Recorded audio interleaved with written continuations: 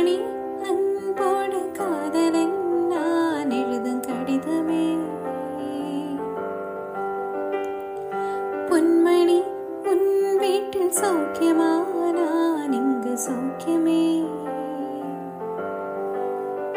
உன்னை எண்ணி பார்க்கையில் கவிதை கொட்டது, அந்த எழுத நினைக்கையில் வார்த்தை முட்டது. ஓ கண்மணி அன்போடு காதலன் நான் எழுதும் கடிதமே.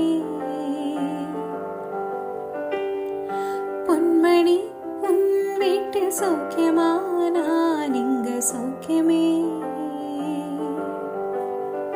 உன்னை எண்ணி பார்க்கையில் கவிதை கொட்டது,